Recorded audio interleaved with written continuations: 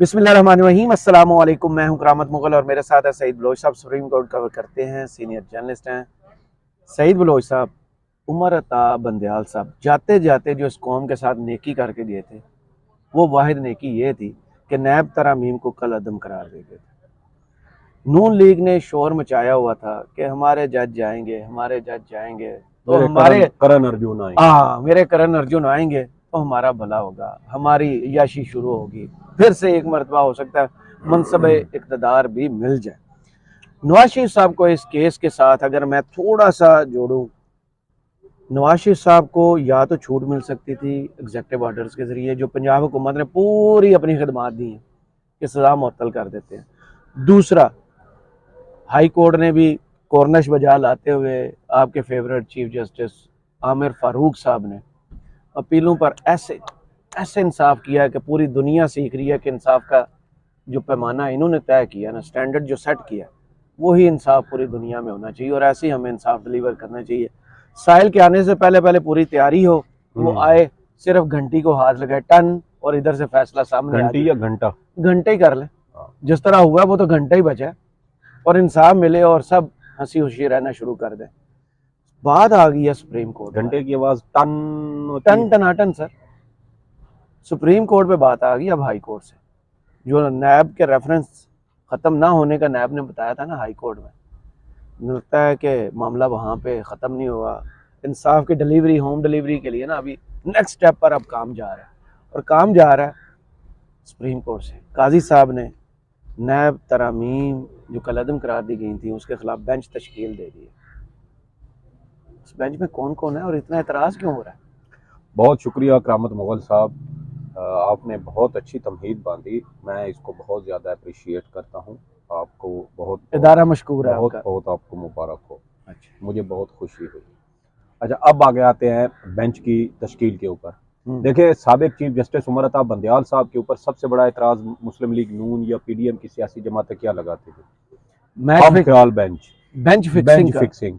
Bench fixing इस तरह कहते थे कि बेंच के अंदर अमूमी तौर पे चीफ जस्टिस अपने हम ख्याल जो उनके जजेस होते थे वो उनको शामिल यार, करते बाकी थे। जो आते थे वो तो बेंच छोड़ जाते थे ना, तकरीर करते थे, बेंच छोड़ जाते थे। ये वाकयात भी होते रहे, ये बिल्कुल इस तरह भी हुआ। हमने क्या कुछ नहीं देखा यार लेकिन देखें, बात ये है कि बेंच की तश्कील का मामला उस वक्त था चीफ जस्टिस के पास, और चीफ जस्टिस की सवाबदीद थी कि वो किसको बेंच में शामिल करते हैं, किसको नहीं करते, ये उनका इख्तियार था।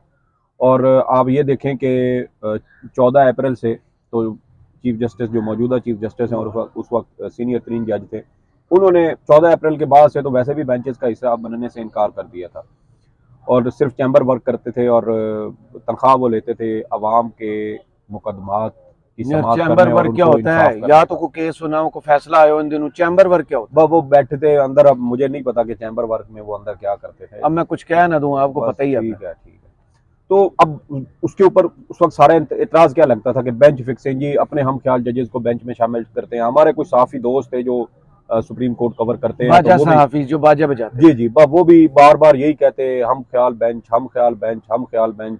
सीनियर जजेस को इसमें नज़रअंदाज किया जा रहा है, सीनियर जजेस को नज़रअंदाज किया जा रहा है। तो अभी ये जो बेंच बना है आज 5 रुकनी लार्जर बेंच, जिसकी सरबराही चीफ जस्टिस कौन काजी कौन फाइज से ईसा चेहरे करेंगे। आए हैं सामने इसके अलावा जस्टिस अमीनुद्दीन खान शामिल है, जस्टिस जमाल मंदोखेल हैं, जी, जस्टिस अतर मिनल्ला हैं और अच्छा। जस्टिस हसन अजहर रिजवी हैं। अब मज़े की बात यह है कि जस्टिस हसन अजहर रिजवी ये आते हैं 15वें नंबर पे, क्योंकि इनके बाद सिर्फ एक ही आ रहे हैं, इरफान सादत साहब लास्ट में यही है ना। अब नहीं, मुसरत इलाली साहब अभी आई हैं और इरफान साहब ने तो अभी आना है। 15 नंबर हो गए ना, 2 सीटें खाली थी। ये फिर 14 पे बंद, क्योंकि एक वो नंबर मुसरत इलाली साहब इनके बाद है। जी जी और जी इनके जी। बाद वो अब इरफान साहब आ रहे हैं। बंदयाल साहब की रिटायरमेंट की वजह से वो एक नंबर वैसे भी नीचे आ गया था। कोई नहीं, आपने उनकी तो प्रमोशन ये हो गए अतर मिनल्ला साहब, ये उनसे एक नंबर पहले बनते हैं। फिर आप जमाल मंदोखेल साहब को देखें, अमीनुद्दीन खान साहब को देखें, तो ये वो जज साहबान हैं जिनके अपने जो है वो जूनियर बनते हैं। और सीनियर जजेस में जस्टिस सरदार तारिक मसूद नहीं है, जस्टिस एजाज उल हसन नहीं है, जस्टिस अल्लाह भला करे याहिया अफरीदी नहीं है, जस्टिस मंसूर अली शाह नहीं है, मुनीब अख्तर नहीं है, आयशा मलिक मुनीर साहब तो नहीं नहीं है। आपको नजर आएंगे, ये तो मैं गारंटी देता हूं। नहीं देखें कि मुनीब अख्तर नहीं चीफ नजर आएंगे। जस्टिस साहब ने अपने मुखालिफ हम ख्याल जो जजेस हैं उनमें से एक जज को भी इस बेंच में शामिल मुखालिफ नहीं नहीं, जो इनकी बात के साथ जी नहीं करते, मुखालिफ ना तो होने के ना, वो मुखालिफ तो ही कानून के मुताबिक काम करते हैं सर ना कानून के लेकिन इनके ये तो समझते हैं ना कि वो हमारे मुखालिफ हैं, मैं इसलिए मुखालिफ का ये कर पूरी रहा हूं। कौम ने लाइव में देख नहीं लिया, जी फुल जी कोर्ट में कि जी जी जी जस्टिस जी मुनीब से लाइव को जज है इस जी जी, वक्त तो कोर्ट में। वो जो इनकी जिनको ये समझते हैं कि ये हमारे मुखालिफ जज हैं, वो उनमें से इन्होंने एक भी जज को इस बेंच में शामिल और नहीं इसका किया। फैसला भी और आपको आज पता होगा। फैसला जहरी बात है, सारे जो जो है देखो, अभी जो फैसला आया है प्रैक्टिस एंड प्रोसीजर वाला जो पार्लियामेंट का बनाया हुआ 10-5 कानून से 10-5 से, उसके अंदर कौन कौन से जजेस ने उसके हक में वोट दिया था? जी, चीफ जस्टिस ने दिया, जस्टिस क्या नाम है, अमीनुद्दीन ने दिया, जस्टिस अतर मिनल्ला ने दिया, जस्टिस याही जस्टिस आफरीदी ने जमाल मंदोखेल ने दिया, दिया। जस्टिस अल्लाह भला करे हसन नसर रिजवी ने भी दिया, और पांचवें जज इसमें कौन से बनते हैं? मेरे ख्याल में ये 5 ही बनते हैं टोटल। जी, तो ये इनमें से एक भी जज ऐसा नहीं है जिसने आमीन नकाउ काजी साहब जी के जी पीछे। जी जी जिन्होंने प्रैक्टिस एंड प्रोसीजर कानून के जो केस था उसके अंदर उन्होंने अपना इख्तलाफी नोट लिखा हो। जी, तो इसका मतलब क्या है? इसका मतलब अब साफ नजर आ रहा है कि जो बंदे का पहले माइंड बना हुआ है कि यार हमने पार्लियामेंट के बनाए हुए कानून को नहीं छेड़ना, और प्रैक्टिस एंड प्रोसीजर कानून को उन्होंने आईनी के तौर पर दुरुस्त करार दिया, मुझे ये बताएं क्या वो नैब तरामीम वाले मामले के ऊपर वो ये नहीं कहेंगे कि यार हमने तो पहले ये फैसला दिया हुआ है, तो अब हम अपने उस फैसले के अगेंस्ट एक नया फैसला कैसे दें कि हम नैब तरमीम को कलअदम करार दें? आप बात समझ रहे हैं ना? जी मैं समझ गया हूँ। तो मैंने आपको बताया ना, मुझे पता है ये 5-0 से फैसला है। जी जी ये बज़ाहिर यही नजर आ रहा है कि ये फैसला 5-0 से होगा। पहले तो ये होता था ना कि आपको साबिक चीफ जस्टिस उमरता बंदयाल के ऊपर एतराज लगता था, 5 रुकनी बेंच है तो उसमें से 3 उनके होते थे, 2 एतराज ये भी सर होता था और कि यहाँ ये पर सियासी नौइयत के केसेस जिनका ज्यादा शोर मचता है वो केस पहले लगा देते हैं। जी जी तो अब आप क्या कर रहे हैं? आप भी तो वही कर रहे हैं। वही हो रहा है। और देखें कि जो इसका था जहां से पीडीएम को कहीं से रिलीफ मिल रहा हो, नून लीग को कहीं से बयानिया मिल रहा हो, पीटीआई के खिलाफ कहीं से बयानिया जनरेट हो सकता हो, वही केसेस जो है वो समाअत के लिए मुकर्रर हो रहे हैं। तवज्जो वाले बैरियर टाउन धरना केस 190 मिलियन पाउंड पीटीआई के खिलाफ निकल सकता है। फैजाबाद धरना नजरसानी केस नवाज शरीफ के लिए बयानिया निकल सकता है अगर किसी तरीके से जो उस वक्त के सिक्योरिटी एहलकार थे, अफसरान थे, उनमें से किसी के खिलाफ कोई कार्रवाई होती है, उनका कोई बाजू मरोड़ा जाता है, तो नून लीग का वहां से बयानिया निकलेगा। क्योंकि नून लीग तो अभी हमारे माजी करीब में यही कहती रही है कि फलां जज ने हमारे खिलाफ, फलां जर्नैल ने हमारे खिलाफ साजिश की, फलां ने की, और हम इनके खिलाफ कार्रवाई करेंगे। तो सारी चीजें देखें आपको, डॉट्स जो है वो ऑटोमेटिकली साथ कनेक्ट हो रहे हैं। तो अब जब नैब तरामीम वाला केस आया तो इसके अंदर आप देखें कि पूरी सबसे पहले फायदा किसे होगा? सबसे पहले देखें वही लोग जिनके नवाज शरीफ को मैं लिख के देता हूँ। जी नवाज शरीफ साहब को होगा, रेफरेंस आसिफ खत्म नहीं जरदारी हो को सकते होगा, उस कानून के तहत वो खत्म हो जाएगा। आसिफ जरदारी को होगा, बाकी ये जो तोशा खाना वाले मुकदमात इनके सारे सागदार को होगा, रेफरेंसेस थे, गिलानी साहब ये को होगा। सारे देखें 403 नैब रेफरेंसेस थे जी, ठीक है, और उनमें से 137 नैब रेफरेंस वो थे जिसमें करप्शन की जो रकम थी ना वो 50 करोड़ से भी ज्यादा थी। जी। और बाप का माल है जी जी, और 267 के करीब मुकदमात वो थे जो 66 या 66 तकरीबन बनते हैं, 266 के करीब मुकदमात वो थे जिनमें करप्शन की जो रकम थी वो तकरीबन 50 करोड़ तक थी या उससे थोड़ी नीचे थी। तो ये आप अंदाजा लगाएं कि किस तरीके से इस मुल्क को लूटा गया। इमरान खान सही कहते हैं कि 1100 अरब रुपए की ये डाका है जो उसमें माफ से एक करवाया केस जा आज रहा है। पता है ना, आशियाना केस भी शहबाज शरीफ का आज सर देखें उसकी हेयरिंग हो रही है दो जिसमें वो खुद पेश नहीं होंगे। 2 तरीके होते हैं किसी भी केस को खराब करने के लिए। एक तो ये होता है कि जो जिस तरह ये रिलीफ मिल जाते हैं इन ताकतवर लोगों को, एक तो ये होता है कि इस तरीके से रिलीफ इनको मिले या किस तरह की कोई कानून साजी करके उसके जरिए वो कर ले, अदालतें किसी किस्म की सहूलतकारी करें जैसे हमने अब देख रहे हैं माजी करीब में।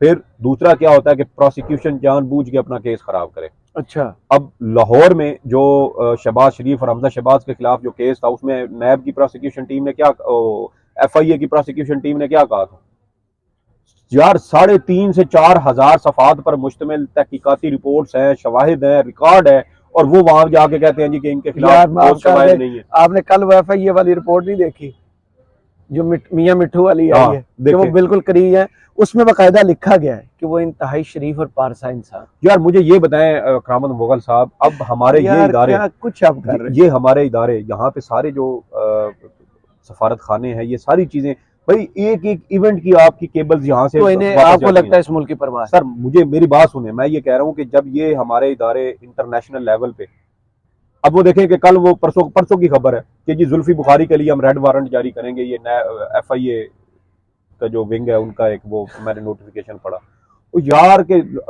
उनको किन भाग किन के पीछे रहे हैं, ट्वीट्स कौन करता है, कौन सा बच्चा ट्वीट कर रहा है, कौन हुकूमत के ऊपर तंज कर रहा है या इदारों के ऊपर कोई तंजिया ट्वीट कर रहा है, उनको पकड़ रहे हैं, उनको दहशतगर्द बना रहे हैं, और जो असल इस मुल्क के लुटेरे हैं, इस कौम मुल्क और कौम के मुजरिम हैं, उनके लिए बात तो सहूलत कर दूं, हो रही आपने है। बहुत आगे निकल जाना है, इसलिए मैं आर्मी चीफ साहब की वो स्टेटमेंट नहीं इधर कोट कर रहा, वरना आपने बहुत ऊपर निकल जाना है, पता है ना। कौन सी उन्होंने भी कहा नौजवानों को कि दानिश्वर लोग जो है ना इन्हें समझाएं। सर वो आप फिर ना इस पर आप ना कमेंट फिर करें। वही बात आप मुझे बहुत अजीज सुने हैं, सुने बार आप बार मुझे हम यही बहुत बात अजीज करते हैं, हैं कि आप मुझे बहुत हमारे अजीज हैं, हमारे नौजवानों की आप आंखों मुझे का बहुत ऑपरेशन हो अजीज गया हैं, मैं नहीं और बोलने दूंगा। नौजवानों को बहुत अच्छी तरह मालूम हो गया कि इस मुल्क के साथ मुखलिस कौन है, वफादार कौन है, इस मुल्क की इज्जत और हमीयत के लिए कौन खड़ा हुआ, सबको पता है यार। गुज़श्ता एक साल में, 1.5 चले साल आप में जो छोड़ें, कुछ आप हुआ है पॉलिटिक्स हमारे पे सामने आए नहीं यार। आ रहा। हाँ, पॉलिटिक्स पे आए ना। क्या? नून लीग का दावा दुरुस्त था फिर कि हमारे जज आगे? बिल्कुल बिल्कुल दुरुस्त है। देखें एक सियासी जमात अगर एक जज के आने से चंद महीने पहले, 3-4 महीने 5 महीने पहले ढोल ये बजाना शुरू ढोल कर बजाना दे शुरू कि कर साढ़े दे, आ रहे हैं। शादियाने बजाने शुरू कर दे, और आप देखें कि साबिक चीफ जस्टिस उमर अता बंदयाल को दबाव में लाने के लिए इन्होंने सदर से 88 दिन पहले नोटिफिकेशन जारी करवाया था काजी फायज ईसा का।